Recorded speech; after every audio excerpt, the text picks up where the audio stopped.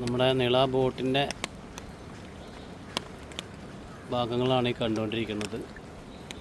നല്ല രീതിയിലാണ് വെള്ളം വന്നുകൊണ്ടിരിക്കുന്നത്. ഭാരതപ്പുഴ നിറഞ്ഞു.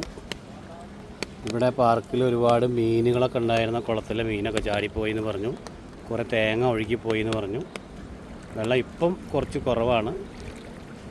ഇനിയും കൂടാണ്ടിരിക്കാൻ വേണ്ടി പ്രാർത്ഥിക്കാം. നമുക്കറിയാം മുൻകാലങ്ങളിലൊക്കെ നമുക്ക് വലിയ രീതിയിൽ വെള്ളം കയറിയിട്ട് ഒരുപാട് നാശനഷ്ടങ്ങൾ ഉണ്ടായിട്ടുണ്ട് നമ്മുടെ നാട്ടിൽ. എന്തായാലും പ്രാർത്ഥിക്കാം. ഇതാണിപ്പോൾ ചെറുതുരുത്തിയിലെ അവസ്ഥ. ഓക്കെ, പുഴ അക്കരെ ഇക്കരെയും മുട്ടിക്കൊണ്ടാണ് പോണത്. ആ ബോട്ട് ഹൗസിൻ്റെ ഗേറ്റാണ് കാണുന്നത്.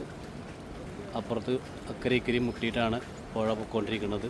നല്ല രീതിയിൽ വെള്ളം വന്നുകൊണ്ടിരിക്കുകയാണ്. അപ്പോൾ എല്ലാവരും ജാഗ്രത പാലിക്കുക.